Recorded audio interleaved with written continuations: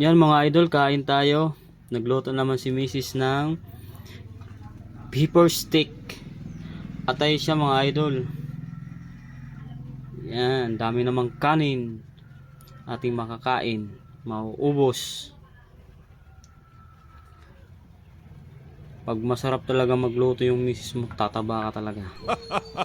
Sana all. Yan mga idol, kain tayo.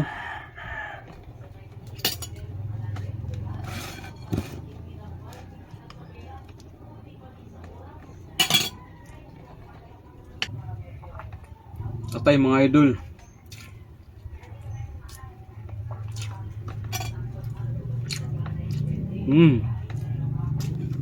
Sarap.